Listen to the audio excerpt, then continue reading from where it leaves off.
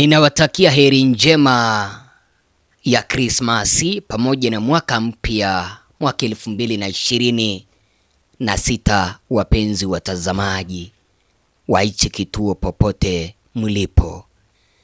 Asante sana kwa sapoti ambayo mnazidi kunipea. Shabiki wetu kutoka Marekani, asante sana kwa kile ambacho umeweza kukifanya na kutununulia zawadi ya Krismasi.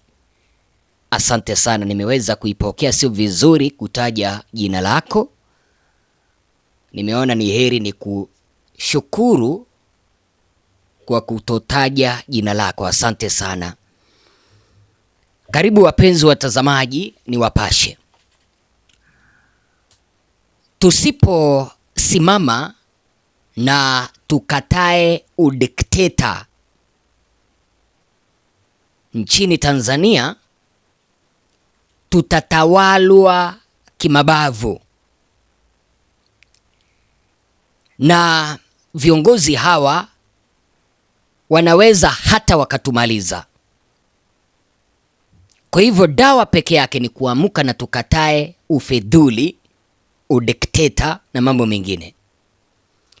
Ninafurahishwa na taarifa ambazo zimeweza kutolewa na mwanaharakati nguli kutoka Tanzania mwenye anaitwa Maria Sarungi, ambazo zinaeleza kwamba wananchi nchini Tanzania mnamo tarehe 26 Disemba mwaka 2025 Arusha waliamuka na kukataa udikteta wa maafisa wa polisi, jeshi la polisi Tanzania. Sasa wapenzi watazamaji, jinsi ambavyo unaona hapo, huyu mwanadada akaweza kutundika picha mwendo wa saa 2 usiku akieleza kwamba Arusha kumewaka baada ya polisi kupiga raia. Wananchi wamekataa kuelekea Januari 1, hakuna kupoa. Alafu akaambatanisha kanda ambaka ambaye ameweza kuiandika tarehe kwamba wananchi walisusia kutulia baada ya polisi kupiga raia.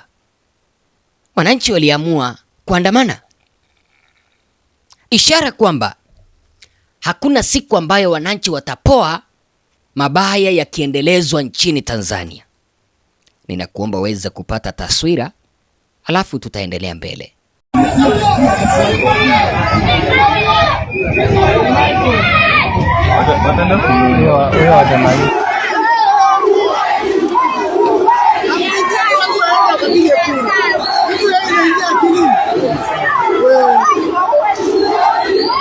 Ni matumaini yangu kwamba umeweza kujipatia taswira kamili jinsi ambavyo mambo yalikuwa. Asante sana kwa sapoti ambayo mnazidi kunipea, na ninapokea jumbe zenu za kunipongeza kwa juhudi ambazo tunaweka kumulika hii serikali ya Samia. Ninashukuru sana. Jumbe zenu ambazo mnanitumia upande wa WhatsApp ninazipokea, ili uweze kuamini kwamba jumbe ninazipokea. Mpenzi mtazamaji, naomba niweze kukusomea kauli moja ambayo imeweza kutumwa na shabiki wetu Bwana Geoffrey. Ananiambia kwamba ndugu Ezra, unaitoa sana hoja yako. Najua Mungu pekee ndo anaweza kukulipa for such genius love to Tanzania. Hii ni mbegu chanya unayoipanda kwa kizazi chako. Binafsi naamini sana kituo chako cha habari. Mimi naumia sana jinsi wa Tanzania tulio wengi tunavyobweteka na kuridhishwa na operation pamoja na exploitation kutoka kwa viongozi wetu. Mimi nilikuwa naona ni vema tukaanza na viongozi haramu wa nchini, madiwani, wabunge, polisi na mawaziri hadi warisaini. Itakuwa ni rahisi kuparalyze the highest position. Sasa sijui Watanzania watapokeaje hii taarifa.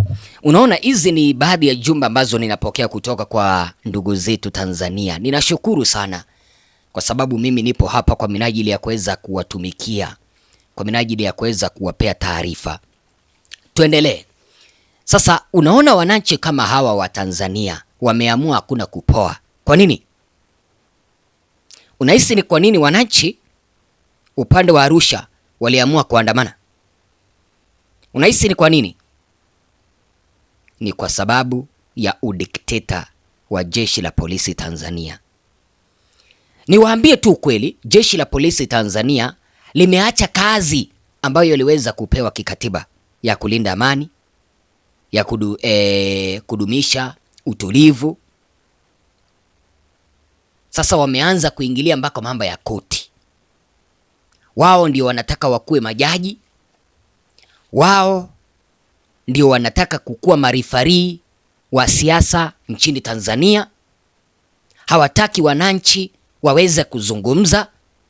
Ni jambo la kusikitisha sana, ni jambo la kusikitisha, na kitu ambacho kimeweza kunifurahisha, ndugu zangu wa Tanzania, asante sana kwa mbegu ambayo tunazidi kuipanda. Tukatae udikteta, tukatae utawala mbaya, tukatae uongozi wa kimabavu. Angalia, iwapo wananchi wa Arusha hawangeamka na kukataa udikteta wa jeshi la polisi Tanzania, basi kesho polisi wangewakamata hata wananchi ambao hawana hatia. Lakini hawa polisi kuanzia sasa hivi kuelekea mbele, mambo hayataenda kukua jinsi ambavyo wamezoea. Kwa nini? Wananchi wamechanuka akili, wananchi wamefunguka macho. Polisi wanafanya baya, wananchi wanaingia barabarani. Hizi kamata na tekateka ambazo zinaendelea Tanzania, tusimame imara na tuzikatae. Ndio, mimi ni mdogo, lakini ninaweza nikawashauri wapenzi watazamaji, tusije tukaruhusu polisi wawateke wananchi.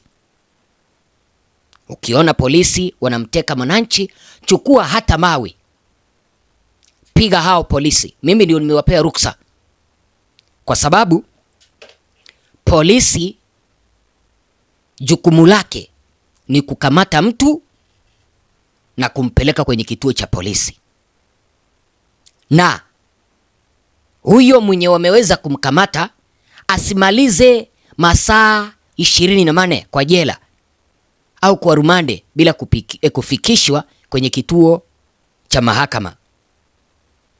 Hivyo ndivyo sheria inasema. Lakini unapata polisi anavaa nguo za raia, wanateka wananchi, alafu baadaye utasikia Fande Muliro wakisema kwamba hao hawakukuwa polisi, hatujui ni watu kutoka wapi. Kwa hivyo mimi ndio nimewapea ruksa, mpenzi mtazamaji, mkiona watu ambao hawajaweza kuvaa sare rasmi za polisi, eti kwamba wanateka mwananchi, eti kwamba wanapiga mwananchi, chukua mawe, saidia mwenzako, piga hao watu, waache kukamata, waache kutekateka. Kama ni kukamata, wacha polisi aje na ilani ya kukamata, aje akiwa amevaa sare za polisi. Hapo unaweza ukajisalimisha, wakukamate na wakupeleke mahakamani. Lakini huu upuzi ambao tunaruhusu wananchi wanatekwa alafu wanatoweshwa kama vile akina Humphrey Polepole, hatutaruhusu upuzi kama huo. Tukiona wenzetu wametekwa, chukua mawe, gonga watu hao wenye wanateka nyara, ingia barabarani, andamana, tuweze kusaidia na kukataa udikteta mbaya ndani ya taifa letu la Tanzania. Ndio, tusipounda taifa letu jinsi ambavyo litaongozwa, tutaongozwa kimabavu. Tunaweza hata tukafungiwa majumbani mwetu. Hawa watu waliiba kura, hawa watu waliwaua Watanzania, alafu tena wanataka kuendelea kutuongoza kimabavu. Haiwezekani, tukatae hilo. Asanteni sana.